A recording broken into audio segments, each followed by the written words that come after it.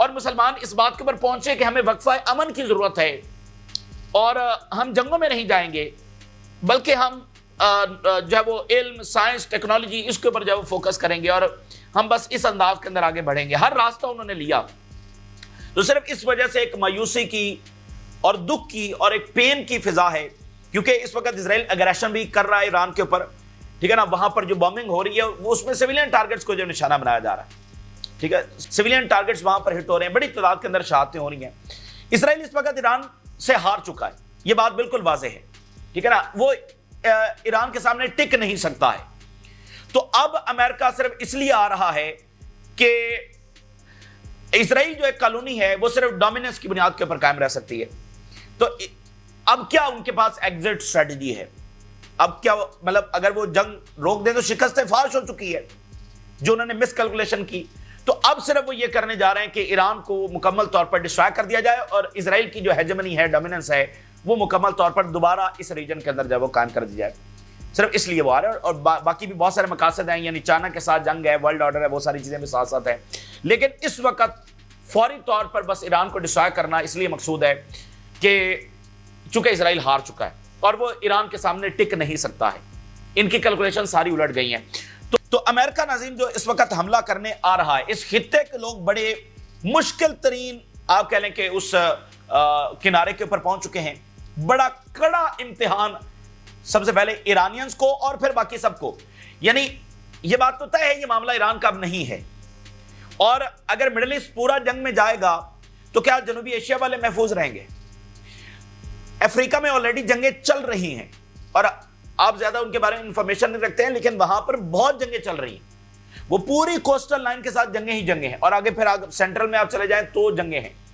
تو وہ یہ سارا آپس میں کنیکٹ کر جائے گا. اور ابھی جنوبی ایشیا میں آپ نے دیکھا کہ کتنی جلدی کے ساتھ ایسکیلیشن ہوئی. تو یا کبھی بھی دوبارہ یہ ایسکیلیشن جنوبی ایشیا میں ہو جائے تو آپ ذرا کنیکٹ کر لیں. وہاں یورپ میں یوکرین، یوکرین سے افریقہ، افریقہ سے مڈل ایسٹ، مڈل سے جنوبی ایشیا اور آگے پھر تائیوان کا معاملہ. تو یہ ایک عالمی جنگ کی طرف جو ہے وہ معاملہ جا رہا ہے اور یہ پوری دنیا کے لیے اس وقت انفارچونیٹ ہے.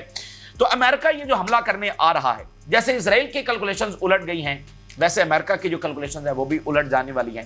یہ جنگ عراق اور جب افغانستان کی جنگ ثابت نہیں ہوگی، اس کے بالکل الٹ ریزلٹس ہے وہ امریکہ کو دیکھنے پڑ سکتے ہیں. اور اس لیے کانگریس اس وقت امریکہ میں کافی متحرک ہے اور کانگریس یہ بات کر رہی ہے کہ اگر مطلب ٹرمپ یونیلیٹرلی فیصلہ کرنے جا رہا ہے اور کانگریس میں اس وقت ہلچل ہے کیونکہ کانگریس کی مرضی کے بغیر تو اس طرح جنگ نہیں چھیڑی جا سکتی ہے.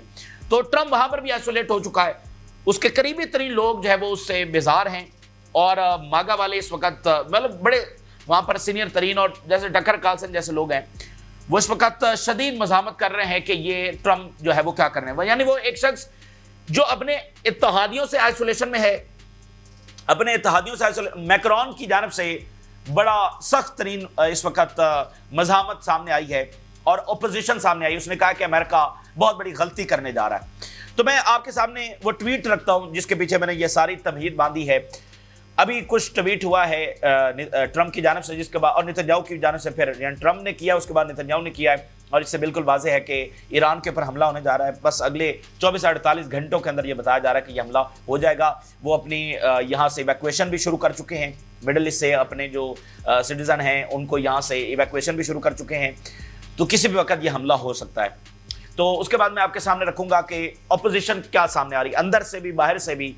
اور مشرق میں آپ کو بتا دوں تیار ہے اور ایران بھی تیار ہے، باوجود اس کے کہ پین ہے، باوجود اس کے کہ وہ جنگ نہیں چاہتے تھے لیکن ان کو لڑنا پڑ رہا ہے. تو وہ آخری حد تک جب وہ لڑیں گے. میں آپ کے سامنے ہیڈ لائنز رکھنے جا رہا ہوں اور اس سے آپ کو اندازہ ہوگا کہ امریکنز کس شخص کو منتخب کر چکے ہیں. ڈونلڈ ٹرمپ، یہ اس کا ٹویٹ ہوا ہے اور انکنڈیشنل سرنڈر، اس کے اوپر 1,78,000 لائکس ہیں اور 14 ملین ویوز ہیں. کل جو اس نے رات کو ٹویٹ کیا تھا کہ تہران ایویکویٹ کرے، اس نے پوری دنیا کو ہلا کے رکھ دیا، پوری دنیا کو ہلا کے رکھ دیا. اس سے کافی یہ واضح ہوا کہ یہ حملہ ہونے جا رہا ہے. اب یہ جو اس نے ٹویٹ کیا کیونکہ اب واپس آ گیا ہے، اس نے سچویشن روم میں اور نیشنل سیکورٹی کونسل اور سب کے ساتھ ملاقات کیا. ملاقات کے بعد اب یہ کہہ رہا ہے انکنڈیشنل سرنڈر. اس کے بعد بالکل واضح ہو گیا کہ حملہ ہونے جا رہا ہے. اب اس نے ساتھ دوسرا ٹویٹ کیا ہے، یہ We know exactly where the so-called supreme leader. ہمیں پتا ہے کہ سپریم لیڈر جس کو وہ تضحیق بھی ساتھ کر رہا ہے کہ سو کالڈ سپریم، یہ بہت ڈینجرس ہے، ٹھیک ہے نا. یعنی کہ ایک گورنمنٹ ہے جو ووٹوں سے آئی ہے، اور دیکھیں سپریم لیڈر ان کی آپ ایک شخصیت ہوتی ہے نا کہ بھائی ایک ایسی شخصیت ہے کہ جس کی لوگ بھی عزت نہیں کرتے ہیں اور اس کا کوئی مطلب وہ ایک اوباش سا آدمی ہے. یہ سپریم لیڈر کی بات ہو رہی ہے، یعنی کہ انتہائی معزز شخصیت، قابل عزت شخصیت، اس کے بارے میں یہ بات ہو رہی ہے. کہہ رہا ہے کہ سو کال جو سپریم لیڈر ہے از ہائیڈنگ، یہ کہاں پر چھپا بیٹھا ہے اس کا ہمیں پتا ہے. یہ وہ زخم دیے جا رہے ہیں، یعنی یہ وہ تلخی پیدا کی جا رہی ہے جو سینچریز تک ختم نہیں ہوگی. اور یہ جو کیلکولیشن کر کے بیٹھے ہیں نا، اچھا ایران کو تباہ کر دیں گے تو پھر ہمارے خلاف لڑنے والا کوئی نہیں بچے گا، یہ ان کی بھول ہے. یہ کتنا مس کیلکولیشن یہاں پر کرنے جا رہے ہیں. ہی از این ایزی ٹارگیٹ، وہ تو بس ایسے ہمارا ایزی ٹارگیٹ ہے. اچھا اس سے ایک اور بات واضح ہوئی سب کے سامنے کہ اس سے پہلے جو اسیسینیشنز ہو رہی ہیں وہ ٹرمپ کی مرضی کے ساتھ ہو رہی ہیں. ٹرمپ کو سارا پتا ہے کہ یہ اسیسینیشن، اور اس نے مکمل گرین لائٹ دے کر رکھی ہے. یعنی امریکن کو یہ بات اب واضح ہو رہی ہے کہ یہ سارا ٹرمپ خود کر رہا ہے. کہہ رہا ہے یہ بڑا ایزی ٹارگیٹ ہے سو کالڈ سپریم لیڈر، ہمیں پتا ہے یہ کہاں پر چھپا ہوا ہے. But is safe there, we are not going to take him out کل.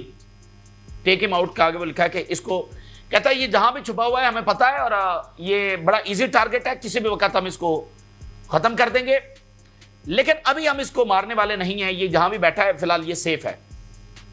یعنی اس پلانٹ پر صرف ٹرمپ ہے، اس کے علاوہ کوئی بھی نہیں ہے. اور یہ بالکل ایک زمینی خدا والا رویہ ہے، یہ بالکل ایک فرعون والا رویہ ہے.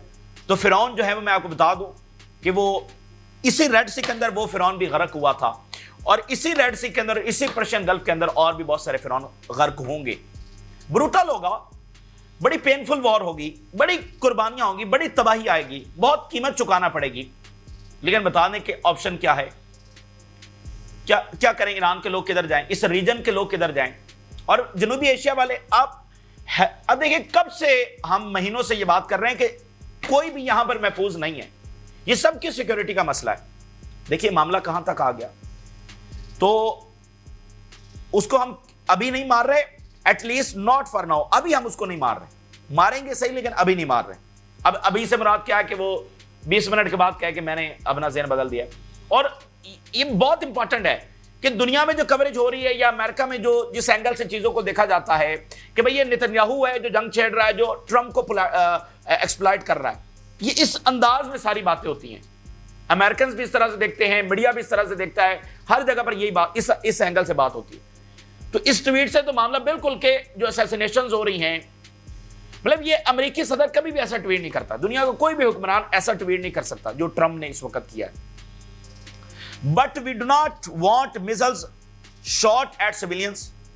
اس کو ہم ابھی نہیں مار رہے، لیکن ہم یہ کہہ رہے ہیں کہ سیویلینز، اب دیکھیں نا کہ اسرائیل جینوسائیڈ کر رہا ہے اور ایران کے اوپر نیا الزام کہ یہ سیویلینز کو ٹارگٹ کر رہے ہیں.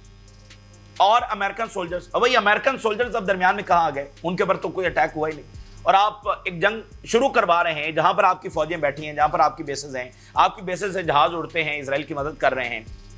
تو بہرحال ایک جواز، our patience is wearing thin، ہمارا صبر کا پیمانہ لبریز ہو رہا ہے. مجھے بتائیے کیا آپشن ہے؟ ٹھیک ہے، حملہ کروا دیا تہران میں اور باقی جگہوں پر، خوفناک بمباری ہو رہی ہے، سیویلینز کو صرف ٹارگٹ کیا جا رہا ہے. ملٹریلی جا کر اسرائیلی فوج اتر جائے، لڑ لے، اور ابھی بھی اگر امریکہ سائڈ پر ہو جائے تو جتنی مرضی بمباری اسرائیل نے کرنی ہے، ایران اس سے نمٹ لے کر بدلہ لے لے گا. تو وہ کہہ رہا ہے کہ ہمارے صبر کا پیمانہ لبریز ہو رہا ہے. یعنی حملہ اسرائیل نے کیا ایران کے اوپر اور غزہ میں جینوسائیڈ کر رہا ہے، اور ٹرمپ کہہ رہا ہے کہ اس کے صبر کا پیمانہ لبریز ہو رہا ہے. Thank you for the attention to this matter. یہ جناب اس نے 2 ٹویٹ کیے ہیں، جس کے بعد معاملہ جب ہوا.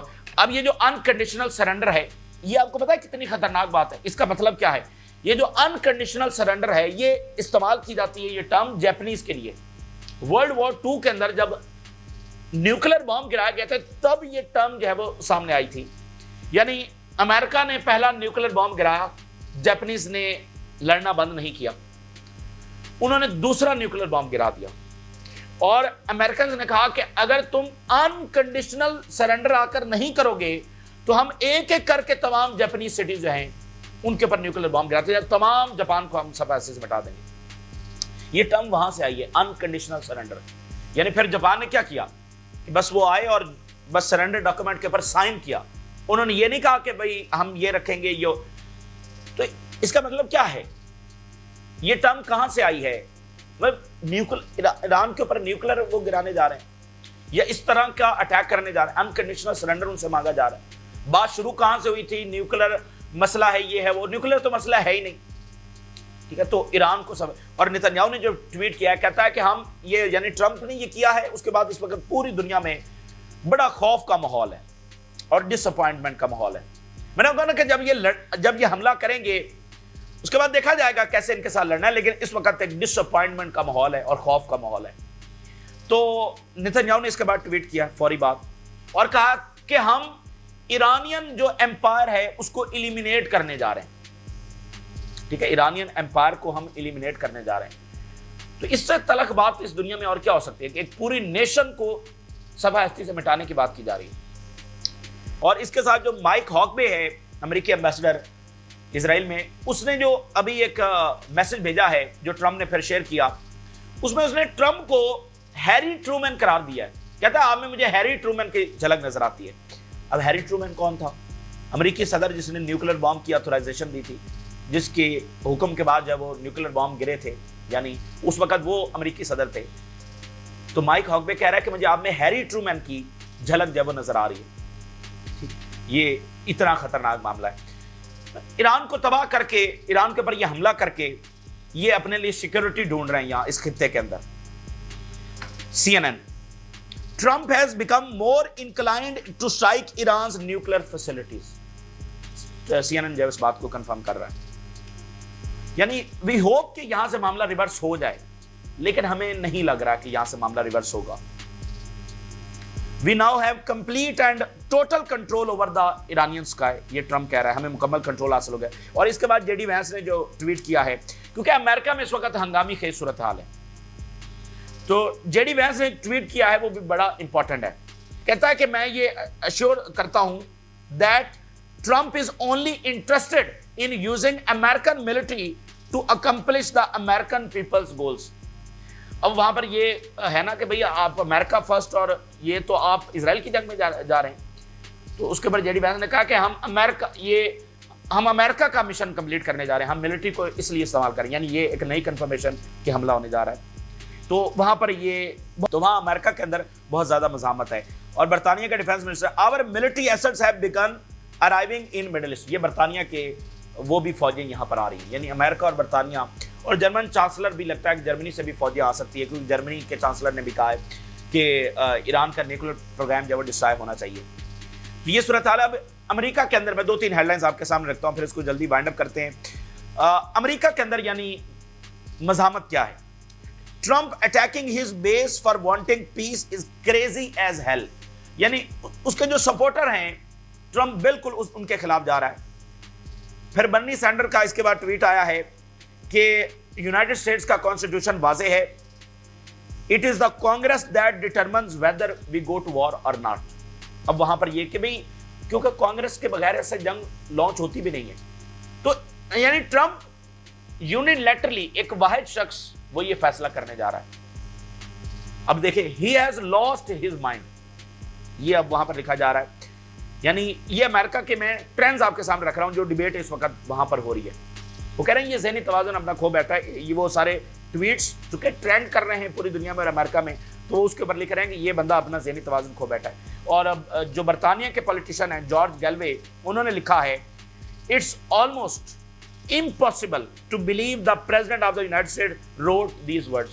یہ جو سپریم لیڈر والا اس نے کہا کہ یہ سو کالڈ سپریم لیڈر کہاں پر چھپا ہوا ہے اور میں اس کو دیکھ لوں گا. اور تو جارج گیلوے نے لکھا ہے کہ یہ امپاسبل ہے، یہ بلیو کرنا کہ یہ امریکی صدر نے لکھے ہیں، یہ کسی ملک کی پولیٹیکل لیڈرشپ نے لکھے ہیں ایسے الفاظ.